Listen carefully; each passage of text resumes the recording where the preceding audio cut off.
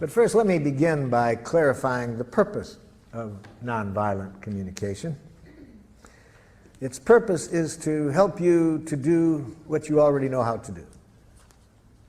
Now, why do we need to learn something today that you already know how to do? Because sometimes we forget to do this. We forget because we've been educated to forget. Now, what is it that I'm talking about that we already know how to do? The purpose of this process is to help us to connect in a way that makes natural giving possible. Natural giving possible. What do I mean by natural giving? Let me do you a song to make it clear what I mean by natural giving.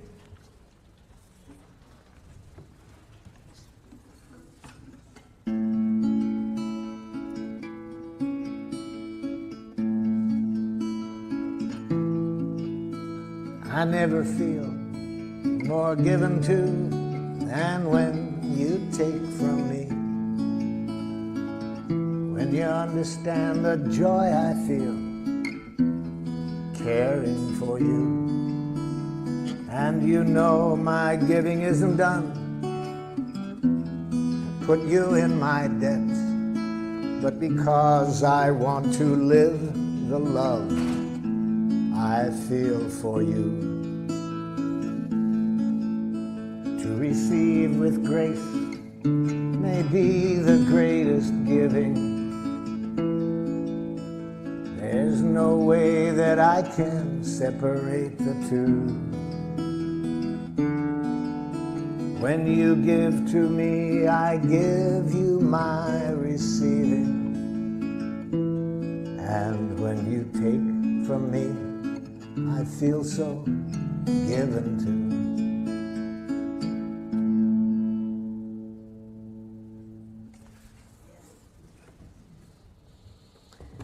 You all know that giving. You know how to do it. And that's what I'm interested in. Remembering to stay with that quality of giving, moment by moment in any connection. But we also all know that it's easy to lose it. It's easy to lose that connection, so that instead of enjoying that quality of giving, which is possible every moment in every contact we have, in spite of how precious that is, we forget. And instead of playing the game that that song is about, which I call Making Life Wonderful, it's the most fun game I've ever heard. Instead, much of the time we play another game called Who's Right? Have you ever played that game? See. It's a game where everybody loses. So isn't this amazing that we all know about this quality of giving that the song was about? It's possible every moment. We find that the richest thing to do, and much of our life we end up playing Who's Right? Now, the game of Who's Right involves two of the most devious things human beings have ever come upon. One, punishment. See, because if you're wrong in the game of Who's Right, then you deserve to suffer. Can you imagine a more diabolical concept to educate people? So, if you haven't already abstained from punishment, I'm sure by the end of the day that will no longer be a part of your consciousness. No more punishment. You won't do it in your families. We'll get rid of it with criminals. It just makes things more violent. We'll find other ways to deal with other nations besides punishment. No more punishment. No more reward. It's the same game. See, it's part of the game of Who's Right. If you're right, then you get rewarded. If you're wrong, you get punished. No more. No more. It's created enough violence on the planet. No more guilt induction. See? No more shame. No more concepts of duty and obligation. Just what the song is about. Natural giving. So how did we get off target? We got off target, according to Walter Wink, a theologian who writes in his book, The Powers That Be. We got off target about 5,000 years ago. We got off target because we started to get some wild thinking. Wild thinking that human beings are innately evil. And when you believe that human beings are innately evil, then if things aren't going as we would like, what's the corrective process? The corrective process is penitence, you see. When people are evil, you think that the way to bring about change when people are behaving in a way you don't like is to make people hate themselves for what they're doing. So for these political reasons and theological reasons, we started to develop a language that I call jackal language. It's a language that cuts us off from life and makes it very easy to be violent. Very easy to be violent. In fact, in that book I mentioned, Wink says that domination cultures, one of the things you have to educate people is to make violence enjoyable. See? And we've done a good job of that. We make violence enjoyable in our culture. The 2 hours a night from 7 to 9 when children are watching television the most, in 75% of the programs they watch, the hero either kills somebody or beats them up, you see? And when does this happen? At the climax of the program. We've been educated for quite a while to make violence enjoyable. So even though I think what that song was about is what is really closer to our nature, this natural giving, we've been educated to make violence enjoyable. And educated in a way we can even be violent to our children. So what is jackal language like? See, jackal language, as I've mentioned, is a language of moralistic judgments. You think in terms of who's right, who's wrong, who's good, who's bad. And when you mention change, yes, we want change at times. So how do you get change in the jackal system? Watch a parent try to bring about change in the child. This is a parent teaching a young child say one of the most important words in jackal. Say you're sorry. I'm sorry. You're not really sorry. I can see it. You're not really sorry. I'm sorry. Okay, I forgive you. Can you imagine a game like that? Can you imagine a parent responding to a child that way? And if a parent is going to do that to a child in their own family, what are they going to do to people from other cultures who behave in a way they don't appreciate? So of course you're going to have violence wherever you have this kind of thinking. In cultures that do not have this thinking, you don't see violence, you see. So that's how we got off target. Even though we could be playing the game, make life wonderful each moment, we have been educated for quite a while to play another game, who's right. So what are the parts of this game of who's right? I've just mentioned one of them. One part is moralistic judgments, learning how to go up to our head and think basically in terms of right and wrong, good and bad, normal, abnormal. I learned this game very well. I speak several dialects of jackal. I grew up in Detroit. We spoke a rather harsh dialect of jackal. You might call it Detroit jackal. For example, if I'm out driving and someone is driving in a way that I don't like, and again, I want to install change, you see, I roll down the window, idiot! Now, theoretically, the person is supposed to repent. I confess I was wrong, sir.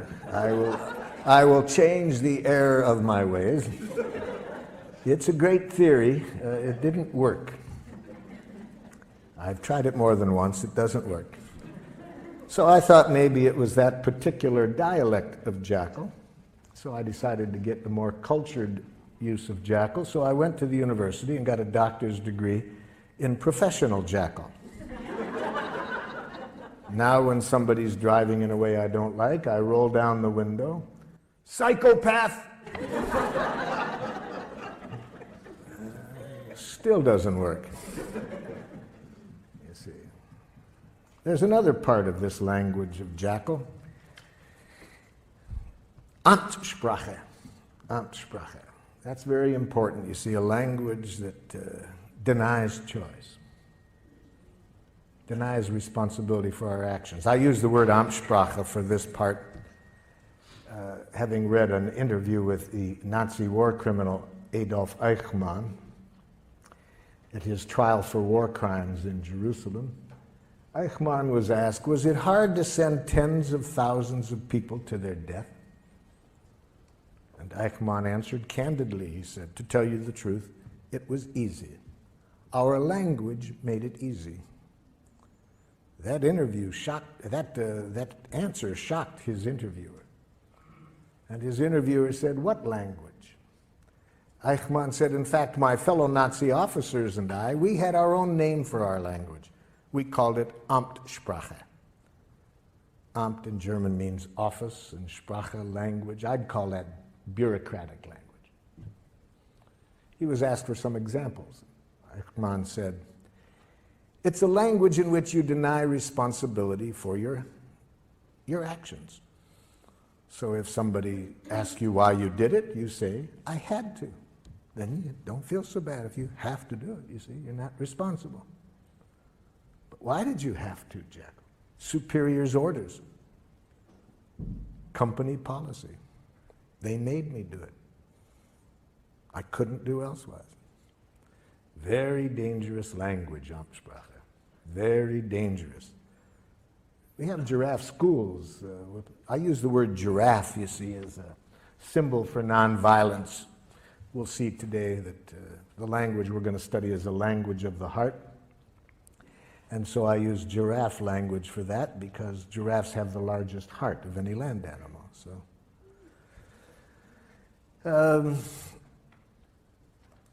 giraffe requires always being conscious of choice, you see. We never do anything that we don't choose to do.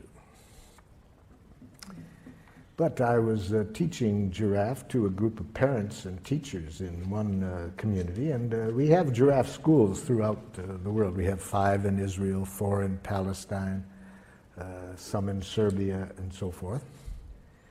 And in giraffe schools, of course, we want to make sure that certainly that the teachers and parents never use Amtssprache.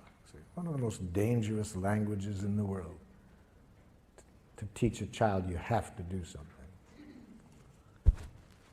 So I was saying this one time in St. Louis, Missouri, to a group of parents and teachers, and a mother got very upset. She said, but there are some things you have to do, whether you like to do it or not. It's our job as parents to teach our children what they have to do. I mean, there's things I do every day that I hate to do, but there just are some things you have to do. Well, I said, could you give me an example? She said, well, easy, there's so many, let me think. Okay, like when I leave here tonight, I have to go home and cook. I hate to cook. I hate it with a passion, but I've done it every day for 20 years. Even when I've been sick. Well, I said, I'll be very happy today to show you another way of thinking, another language that I hope would open up happier possibilities for you. Well, I'm pleased to report she was a rapid giraffe student. She went home that very evening and announced to her family that she no longer wanted to cook. I got some feedback from her family.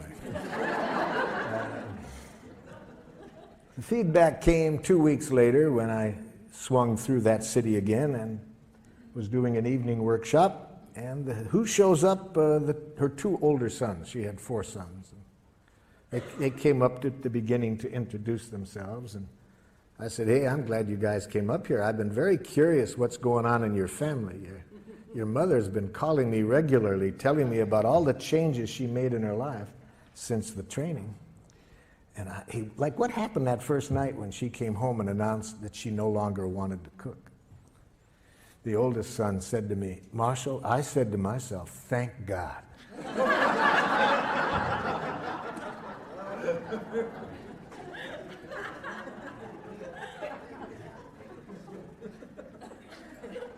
I said, help me understand that one. He said, I said to myself, now maybe she won't complain at every meal, you see. You see, natural giving, what I started the day off with that song, anything we do in life that isn't coming out of that energy, we pay for it and everybody else pays for it. Anything we do out of fear of punishment, if we don't, everybody pays for it. Anything we do for a reward, everybody pays for it. Everything we do to make people like us, everybody pays for it. Everything we do out of guilt, shame, duty, obligation, everybody pays for it. That isn't what we were designed for. We were designed to enjoy giving, to give from the heart.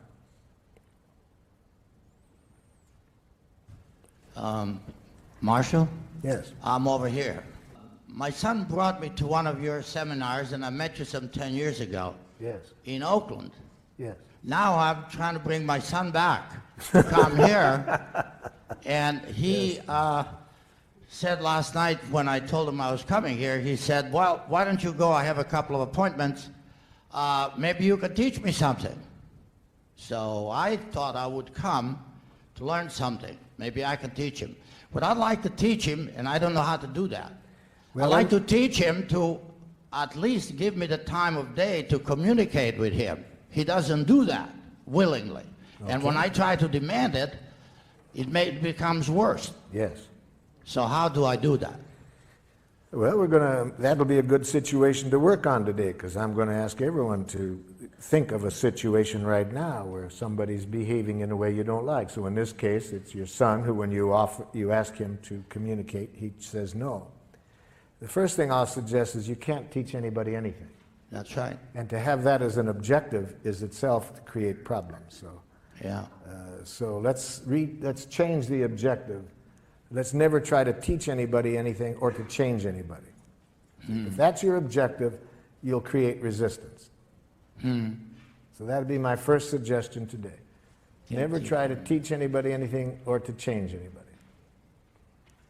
That clear? Yeah. Okay. So what do you do then? Give up? No. See, this is the thinking that's been shaped in us by Jackal. See, the game of who's right, win, lose. So then if we can't change and win, then the option we think of is to be a chump and lose, you see. We've been educated to think in those two ways, win, lose, right, wrong. No, I'll show you a way, another option. Okay, let's get into it. Let's give you a chance to practice it. Some of you have already thought of situations, such as somebody you want very much to communicate with, they say no. So, think of somebody at the moment who is behaving in a way that is not making life wonderful for you, and you'd like to get to the place that the song was about, where everybody's needs can get met and people are giving to one another from the heart, willingly, not out of coercion, you see. Let's see if we can show you a process to get there in this situation, to get everybody's needs met, and where people give willingly, not out of any coercion.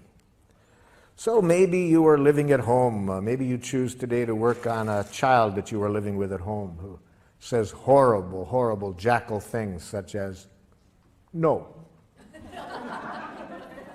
Oh, you laugh. You try living with one for a while. Please brush your teeth. No. Maybe you are living at home with a jackal-speaking partner who says horrible jackal things such as, that hurts me when you say that. We'll see today that it's a violent act to say others make you feel as you do. See? To imply that others can make you feel hurt or angry. Maybe at work somebody's behaving in a way you don't like. They come late. They're not producing as well as you would like. Maybe your next door neighbor has been sexually molesting children. Whoever you want to pick, somebody who's behaving in a way you don't like. And you'd like to see how we would arrive at the objective of creating the quality of connection that will get everybody's needs met through natural giving. That's our objective. Okay? Now, open up your materials to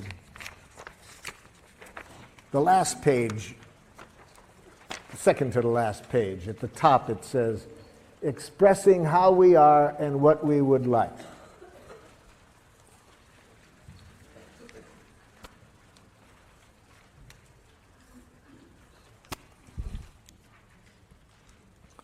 And it says under A, think of someone who does something that makes life less than wonderful for you. So this person that I'm asking you to think about, who's presently behaving in a way you're not crazy about, and what I'd like you to do is answer this question. Write here one thing that the person does that you don't like. We're going to work on one specific action that the person does that you don't like to get you familiar with the process today. Maybe the person does several things, but we're going to show you how the process works by showing you how to communicate with the person about one specific thing they do. So write under A one thing this person does that you don't like. Now, when I was here in San Francisco working with the school system back in the 70s, the superintendent of schools asked me to go into an elementary school. He said the parents are complaining about the quality of relationship between these teachers and the administrator. They said the tension in the school is so great that the parents want to take their children out of the school. So he asked if I would go in and see if I could open up better communication between the staff and the administrator. The plan was I would meet first with the teachers and then get the teachers and the administrator together. So in my meeting with the teachers, I started with a question that I just asked you. I said to the teachers, can you tell me one thing that the administrator does that makes it hard for you to work with him? I was asking for an observation, a concrete behavior. What is one thing he does? The first teacher to respond said this: he has a big mouth. Now, can you see the difference between the question I asked and the answer I got? I did not ask, what size mouth does the principal have? So this teacher was giving me an evaluation, an analysis that implies wrongness. You see, we've been so trained to think that way that sometimes we can't separate fact and opinion. All we see is our enemy image. See, whether it's an individual or a nation, we have been trained to think in enemy images, wrongness. And it obscures reality. We don't see the behavior, we just see our enemy image. In his book, Out of Weakness, Andrew Schmuckler says that when cultures are taught to think this way, not to just see the person, but an image, a judgment they've made, bombs are never far away, you see. So I pointed this out to the gentleman, that this was not an answer to my question. I wanted to know one thing the principal did. This man was stuck. He just couldn't get it. The woman sitting next to him tried to help. She says, well, I know what he's referring to. I said, okay, help him out. What's one thing that the principal does? He talks too much. No, too much is a judgment. I ask for an observation, not a judgment. See, this is how jackal-speaking people think. They really have been brought up to think there is such a thing as a just right amount of everything. And too much and too little, and that they know what it is, see? So they think that way. It doesn't make resolving conflicts too easy with them when people have an idea that there's a right and a too much and a too little, and they know what it is. And especially when they mix it up with an observation. I was just asking, what does the person do? And again, for the second time, this person couldn't see the behavior separate from the judgment. A third person tried to help. Well, I know what they're talking about. Okay, what? He thinks he's the only one that has anything worth saying. No, telling me what you think he thinks is an evaluation you're making of what you think is going on in his head. I was asking for what does he do? A fourth woman said, he wants to be the center of attention all the time. I said, now you're giving me a judgment or a diagnosis of his motives. Even if it's accurate, it's a diagnosis of his motives. It's not an observable behavior. My question was, what does he do? Now the entire faculty sits there quiet. Nobody can answer the question. And one of the women said to me, boy, Marshall, that's hard to do. Yes. In fact, the philosopher Krishnamurti says that to observe without evaluating is the highest form of human intelligence, you see. So those of us who have been taught to think in these enemy images, immediately to think right, wrong, good, bad, normal, abnormal, appropriate, inappropriate, to this, to that, we can't see reality. All we see is our enemy images. Well, with great help, with great effort on my part, I finally got them to get rid of the images and answer this simple question: what does he do? There was several things, but the one that they wanted particularly to start working with him on was this: that during their once-a-week faculty meetings, regardless of what was on the agenda, he would relate it to a war experience or a childhood experience. And the average meeting lasted 20 minutes longer than it was scheduled. Okay, that answered my question of what he did. He talked about war experiences, childhood experiences, rather than sticking to the agenda. I said, have you called that to his attention? They said, well, we can see now that when we try to talk to him about it, these other judgments get mixed in, and he gets defensive. So they thought it would be a good idea to talk to him about it, but they asked if I would be at the meeting just in case. So I attended their next staff meeting, and I saw rather quickly what they were talking about, because almost as soon as an issue came up, the principal would say, oh, that reminds me of a time, and he would start to tell a story. And I was waiting for somebody to confront him on this in Giraffe, but instead of that, there was a lot of nonverbal jackling going on.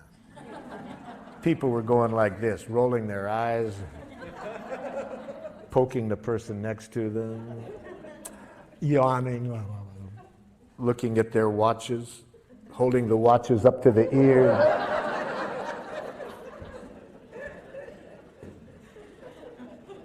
And I watched this scenario going on for a while, and I said, excuse me, but isn't somebody going to say something? Now there's a silence, and the man who spoke up in our first meeting, I could just see him getting his courage up, and he looks at the principal and says, Ed, you have a big mouth. So let's see if whether what you wrote down answered the question I asked. Is it an observable behavior, or did you mix in any evaluation? And my two friends here will help us to make this evaluation. This animal has been taught to, somewhat like a police dog, to sniff out narcotics. If there's any jackal mixed in, he will howl. If you answered the question, this animal will dance. So, sir, what did you write down? My dad blames my wife for my choices. He does what? My dad blames my wife for my choices. Yes, blames is a judgment. See, that's already putting evaluation into it. Dad, do you see yourself as blaming her? No, I see myself as calling attention to the facts. So see, Dad doesn't see that as blaming. No, I'm educating. Thank you, Dad. Yes, okay. So how do we say it? See, we need a direct quote. We need to give to make it an observable behavior, we need to say, my father says what? All of his problems. You are responsible for all of his problems. He says this to the wife. You are responsible for all of his problems. That's it. Yes, okay, that's a direct quote. That's what he says. That's giraffe language. You made a direct quote, okay? See, as soon as you have the word blame in your consciousness, it's going to change the whole energy with which you approach the person, because you're basically making a judgment of them as blaming, which everybody knows is wrong. Yes? I have the mic. Oh, excuse me. Lately, my son is not doing his history homework. Mm-hmm. Okay. My dad makes harsh judgments and insulting remarks. Oh my God, you've killed my poor jackal.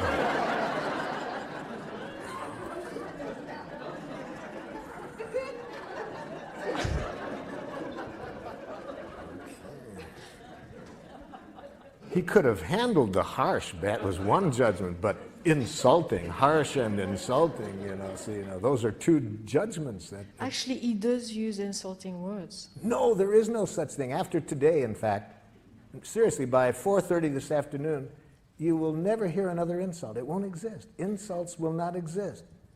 I'm going to show you to use some technology today that takes insults and criticism out of the waves, airwaves. So that no matter what your father says, you can never hear another harsh statement or another insult, because we're going to show you today how to use this technology.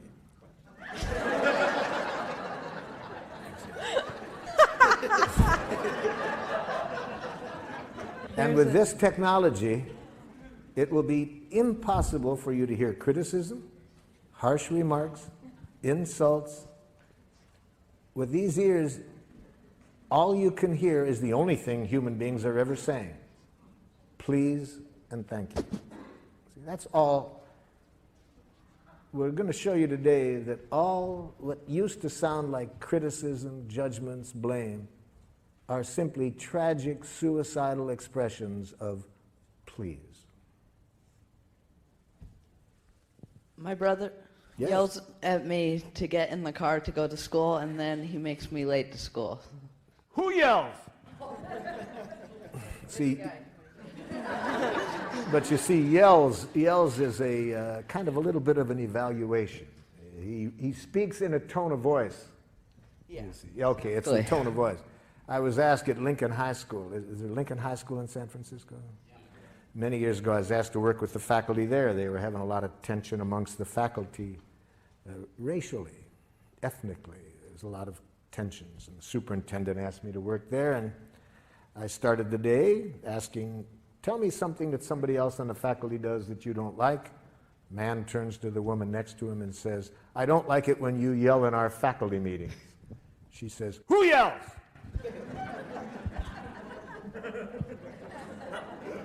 Now, she was from a different culture than this man. See, what was yelling in her culture was quite different. And about 10 minutes later, when she started to yell at him by her own definition, I saw a difference, So raises the voice when he's asking you to get ready for school. Yes. Or just kind of gets angry at me to get in the Now, car. gets angry, that's maybe accurate, but it's a diagnosis. We don't know whether he's angry. He might be scared that, you're going to miss school. Yeah. It might sound to you like angry. Maybe it is, maybe it isn't. But raises the voice, has smoke coming out of his ears. That you can see, that's observable. Yes? Fifth grader Jesse refuses to do his seat work. Ow! Refuses is a diagnosis. Maybe an accurate diagnosis, but it doesn't tell me what he does. He just says, no, I don't want to do it. Says, no, I don't want to do it. That's the behavior.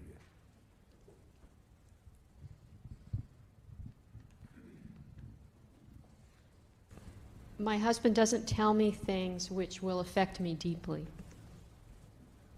Okay. It's the first jackal husband I've ever heard of. This is a new experience for me today.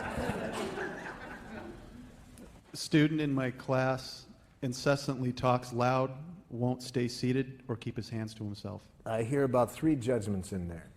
Let's go over it slowly, because I hear 3 diagnoses. Say it again, so we'll hear the 3 diagnoses. Incessantly talks loud. Loud is your interpretation. Louder than you would like. If you want to say it, put it that way. Louder than I would like. Won't stay seated. Won't is a diagnosis. Doesn't stay in his seat after I've told him to. He might in the future. We don't know whether he will or not. So that's a diagnosis. Doesn't at the moment. Doesn't when I ask him to stay in his seat. And does not keep his hands to himself. And does not keep his hands to himself. Mm-hmm. Okay. Since coming to the introductory presentation on Tuesday night, I've been very aware of hearing evaluations. Yes. In myself and especially in other people. And so I started to wonder, are all of those violent communications, or would there be a way that some of those are, according to this model, nonviolent? I would say that any evaluation of others that implies wrongness is a tragic expression of an unmet need. Tragic in the sense, for two reasons. First, it decreases the likelihood that we will get what we want. Even if we don't say it out loud, even if we think it, if we are even thinking that what somebody else does is wrong, it decreases the likelihood that we will get what we want. And second, it increases the likelihood of violence. So what could be more tragic than that, than expressing ourselves in a way that gets in the way of our getting what we want and increases violence? So anything that we want to say that implies wrongness on the part of the other person, I'm suggesting, is a tragic, suicidal expression of an unmet need. Say the need. Learn a need consciousness, which is what we're going to get to now, you see. That's how we evaluate in nonviolent communication. We evaluate from the heart. We make judgments, but we make need-serving judgments. We judge whether what people are doing is meeting needs or not. We don't moralistically judge the person for what they did. We judge whether it's serving life or not, because needs are our direct connection with life. They're the life that's going, needs are the life-seeking expression within us. So we evaluate with reference to that. And that requires two kinds of literacy, feelings and needs. So let's be sure that we are all speaking the same language when I use the term feelings and needs. So under B, it says, imagine that you are talking directly to the person and express how you feel when the person acts in the way described above. And use this form. Again, we're talking to the other person, we're telling them now what they did, and we say, when you do this, I feel how? How do you feel when the person does what you wrote down under A? Write that down.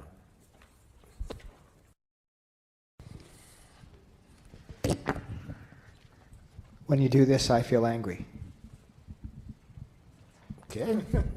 Anger is a feeling created by unnatural thinking. We'll get to that next. When you're not ready to leave at the agreed time, I feel anxious and impatient. When you speak that loud, I feel intimidated. Ow! Intimidated is a diagnosis. Be careful of words that are more descriptions of other people, what you think they're doing to you, like intimidating you.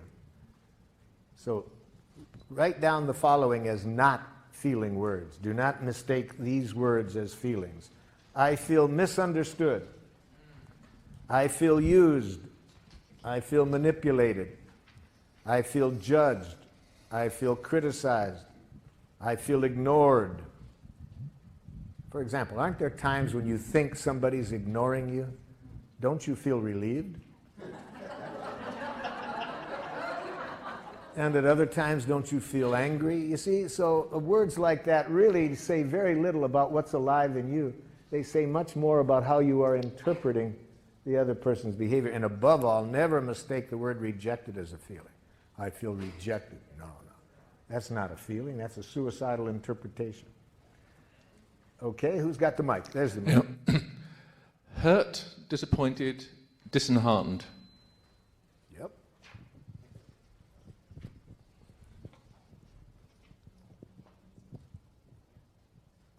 Feel angry and betrayed. Angry, yes. Oh, for betrayed. Betrayed is one of those words like intimidated, ignored, misinterpreted, used, manipulated. It's more a diagnosis of the other person than a feeling. What about contracted? Contracted? If you mean tense and like that, okay, if it's that. When you call me up and speaking loudly tell me you're going to cut off funding, I feel angry and scared. Mm-hmm. When you leave the dishes in the sink, I feel powerless over my environment and time, which feels frustrating and scary. When you start talking loudly in the middle of my sentence, I feel hurt because I think you are not listening to me. Yeah, the feeling is great, but you're going to lose it when you follow the word feel with the word because I think. Anytime you're thinking, your chance of getting what you need is greatly decreased. Especially when you follow the word think with the word you. Then I think you not only won't get heard, I predict a defensive, aggressive reaction. So it's going to be hard for people to care about your feelings when you follow that with a diagnosis that implies wrongness. But we'll get to that next, because we're going to see next that when after the feelings, there's two places we don't go, and one is up to our head. See, we stay in the heart with feelings. We don't go up to the head. We stay in the heart and connect with needs. But we'll get to that, yeah.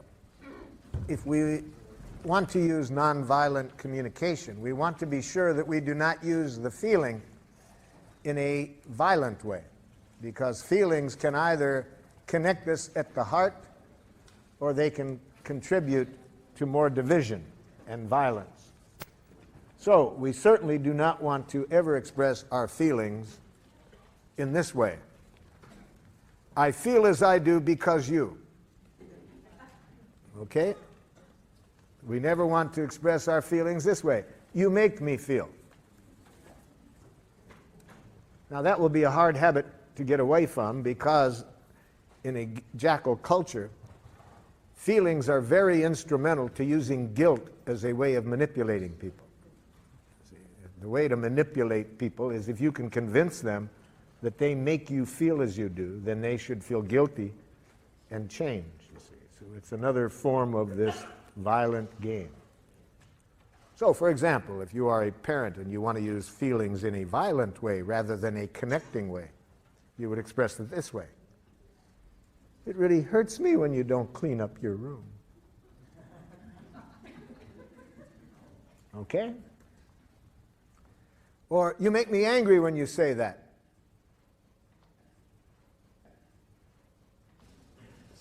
I was talking during the break about one of my happiest days as a parent was when my oldest son went to a jackal school for the first time.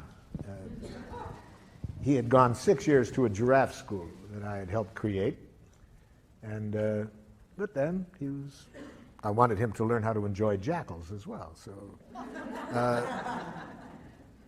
and in giraffe schools, we also want to be aware that the children are not always going to be in this setting, so we want them to learn how to stay with their own values regardless of which structure they're in, you see. So he comes back the first day from school, and he looked less than happy, and I said, how was the new school, Rick? And he said, it's okay, Dad, but whew, boy, some of those teachers, Dad. I said, what happened? He said, Dad, I wasn't even in the front door, really. I was halfway through the front door, and some man teacher comes running over and says, my, look at the little girl. Can you guess what the teacher was reacting to? Yeah, my son's hair was down to his shoulders. See, in a jackal school, as we all know, authority knows what's right. See, there's a right way to wear your hair as a boy and a wrong way. A right way to do everything, and who knows? The teacher. And then what do you do if somebody doesn't do it? You use shame, guilt, and so forth. You use the word girl as though it's an insult. Welcome to jackal land. So I'm getting burned up, ready to go do a little bat therapy with the teacher. And, forgetting all about my teachings. And I said to my son, how did you handle it? He said, I remember, Dad, that what you said, that when you're in that kind of environment, never give them the power to make you submit or rebel, you see. So one of the things we want to teach children very early, no matter what structure you're in, never lose track that you are free to choose what you do. Don't allow institutions to determine what you do. I said, hey man, that you remembered that, that's a big gift. I really love that you could remember that under those conditions. Then what'd you do? I put on my giraffe ears, Dad, tried to hear what he was feeling and needing. I said, you remembered to do that? What did you hear? Pretty obvious, Dad. Looked irritated, wanted me to cut my hair. Hey, wow, man, I'm really glad you could remember that. How did that leave you feeling? I said, Dad, I felt sad for the man. He was bald and seemed to have a problem about hair.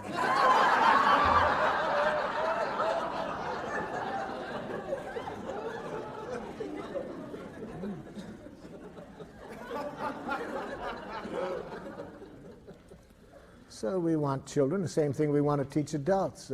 Institutions can't make you do anything. Other people can't make you do anything. No human being has ever done anything they didn't choose to do. A Palestinian in the village of Hebron disagreed with me one time. He said, I don't agree with you, Marshal, that we only choose to do. Where was my choice 2 days ago? A soldier puts a gun at my head and says, take off your clothes or I'll shoot you. Where was my choice?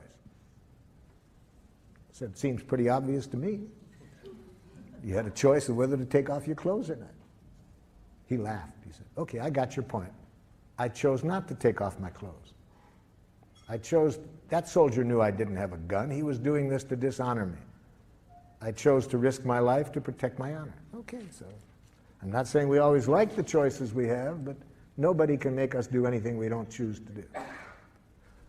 So I said, apparently the soldier also chose not to shoot you, or else he was a very poor shot.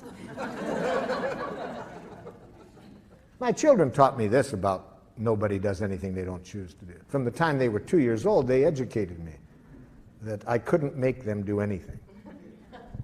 All I could do is make them wish they had. And then they taught me another lesson, that any time I would do that, they would make me wish I hadn't made them wish they had. They taught me that violence creates violence. You see.